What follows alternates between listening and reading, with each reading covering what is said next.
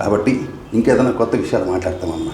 మీకు ఇంత సీనియారిటీ వచ్చింది, ఇంత పెద్ద సర్కిల్ ఉంది కదా, మీకు ఒక డైరెక్టర్ గారు వచ్చి రావు రమేష్ గారు కానీ ప్రకాష్ రాజు గారు అలాంటి వారి క్యారెక్టర్ ఇస్తే మీరు చేయగలరా?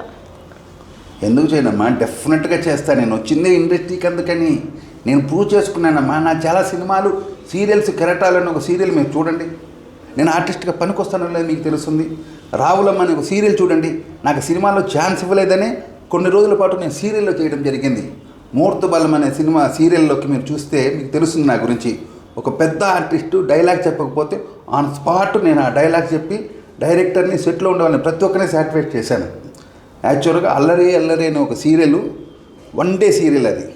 మీరు చూస్తుంటారు, యమునా గారు ఇంకొక 2-3 పెద్ద పెద్ద ఆర్టిస్ట్ ఉంటారు. దాంట్లో నాది ఒక టిపికల్ క్యారెక్టర్, రింగు మాస్టర్ అని ఒక స్వామీజీ లాంటి మోసం చేసే చీటింగ్ కామెడీ క్యారెక్టర్, విలన్. నేను దాంట్లో ఒక సింగిల్ ఎపిసోడ్లో నేనేమని ప్రూవ్ చేసుకున్నాను. ప్రతి ఒక్కరు సీరియల్కి ఆ తర్వాత కంటిన్యూగా పిలిస్తే కూడా నేను పోదలుచుకోలేదు. ఎందుకంటే నా గోలు, నా అచ్చు సినిమా చేయాలని. ఎన్ని నదులు ప్రవహించినా సముద్రంలో కలవాలన్న ఒకే ఒక కోరికతో నేను సినిమాకి నుంచి సీరియల్ చేయకూడదని నిర్ణయించుకున్నాను. అలాగే సీరియల్ చేయకుండా ఉండాలంటే కూడా కుదరలేదు, ఎందుకంటే కడుపు నొప్పి, డబ్బులు కావాలి కాబట్టి చేస్తూ ఉన్నా. సీరియల్స్ ఏమి, సినిమాలు ఏమి, చాలా చాలా సినిమాల్లో నన్ను సబ్స్టిట్యూట్గా పిలిచి సినిమాలు చేశారు. నా బ్యాడ్ లక్ ఏంటంటే అది చిన్న సినిమాలు.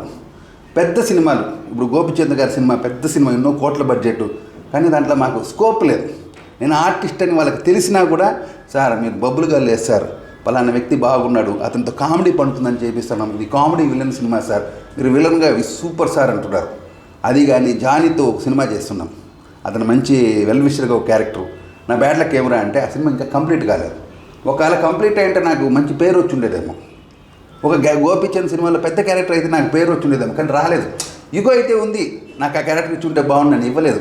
కానీ నా స్నేహితులు ఉన్నారు కొంతమంది, వాళ్ళ పేరు నేను ఇప్పుడు చెప్పను, రేపు డెఫినెట్గా చెప్తాను. వాళ్ళ వల్ల నాకు 100% డెఫినెట్గా మంచి పేరు వస్తుందమ్మా. ఇది మీరు రాసుకోండి.